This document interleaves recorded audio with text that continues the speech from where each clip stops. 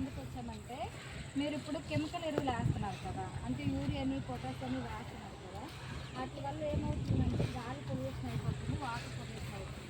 వీటి వల్ల ఏంటంటే మనకు లేనిపోయిన జబ్బులు వస్తున్నాయి తప్ప మనకైతే యూజ్ ఏం లేదు. అంటే ఆయన 2 కట్టలు వేసారని మీరు 2 కట్టలు పెంచుతున్నారు తప్ప తగ్గించడం లేదు. గవర్నమెంట్ ఏం చేస్తుందంటే సేంద్రియ ఎరువుల వైపు మిమ్మల్ని నడిపించమని చెప్పింది, కానీ మీరు వినట్లేదు కదా. అందుకని మేము స్టార్ట్ చేస్తాం డోర్ టు డోర్ రావడానికి. అవేంటి ఎలా పనిచేస్తాయని నేను చెప్తాను. దీని పేరు గ్రాన్యువల్స్ అంటారు. గ్రాన్యువల్స్ అంటే ఇది వరకు గప్పం వేసేవారు కదా, ఇప్పుడు గప్పం వేయడానికి చాలామంది పశువులు పెంచట్లేదు. మరి పశువులు లేనప్పుడు మనకు గప్పం రాదు కదా.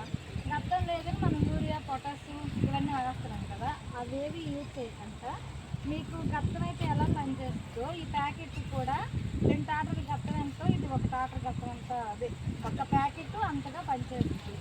దీనికి ఏంటంటే మీకు పంట దిగుబడి వస్తుంది కదా దీనివల్ల.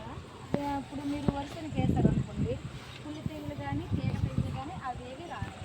నెక్స్ట్ ఏంటంటే మీరు ఇవన్నీ చూడాలి అని అనుకుంటే ఇప్పుడు ఆకుపట్ల వేస్తున్నారు కదా, ఆకుపట్ల రిజల్ట్ చూస్తారనుకోండి మీరు వరుసనికి దిగడానికి బాగుంటుంది. ఆకుపట్లకి ఏ విధంగా వేయాలని నేను చెప్తాను.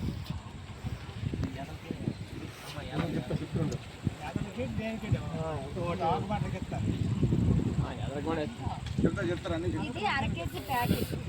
ఆకుబట్ట ఏంటంటే 1 కప్ వేస్తారు కదా, 1 ప్యాకెట్ వేస్తారు కదా. 25 కేజీలు అవనాయండి, 30 కేజీలు అవనా ప్యాకెట్ వేస్తారు కదా.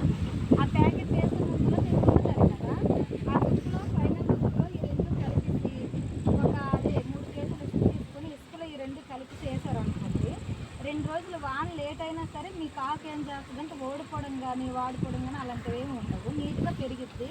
దానివల్ల ఏంటంటే మీకు దుబ్బు కూడా ఎలా చేస్తుంది అనేది మీ ఆకు ద్వారా మీకు తెలుస్తుంది, నేను చెప్పక్కర్లేనప్పుడు. దాన్ని బట్టి మీరు ఏం చేయాలంటే దమ్ముకు కూడా ప్లాన్ చేసుకుంటారు. ఓకేనా, ఇది ఇలా ఉంటుంది. ఇప్పుడు ఎదకి అడిగారు కదా,